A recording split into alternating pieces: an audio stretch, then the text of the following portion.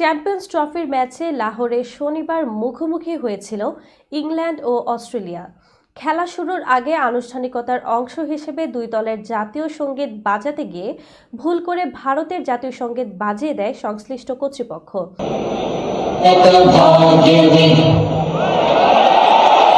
পরে যদিও দ্রুত সেটি পরিবর্তন করা হয়, কিন্তু এমন ভুলের জন্য সমালোচনায় জর্জরিত হয় আয়োজক পাকিস্তান ক্রিকেট বোর্ড।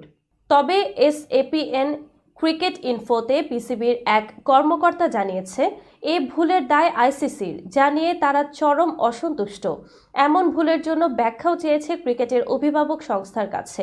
পিসিবির ওই কর্মকর্তা বলেন, যেহেতু এটি ICCর টুর্নামেন্ট, তাই ICC নিজেই জাতীয় সঙ্গীতের প্লে লিস্ট প্রস্তুত করেছে এবং বাজিয়েছে। শনিবারের ম্যাচে নিয়ম অনুযায়ী প্রথমে যুক্তরাজ্যের জাতীয় সঙ্গীত বাজানো হয়।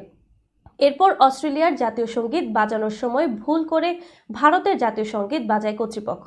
তাই 2 সেকেন্ডের জন্য শোনা যায় ভারত ভাগ্য বিধাতা লাইনটি। ভুল বুঝতে পেরে দ্রুতই তা বন্ধ করে বাজানো হয় অ্যাডভান্স অস্ট্রেলিয়া ফেয়ার। তবে ততক্ষণে তা দ্রুত ছড়িয়ে পড়ে সামাজিক মাধ্যমে। এরপর শুরু হয় সমালোচনা। পাকিস্তানের মাটিতে ভারত যেতে না চাওয়ায় এবারের চ্যাম্পিয়ন্স ট্রফি হচ্ছে হাইব্রিড মডেলে।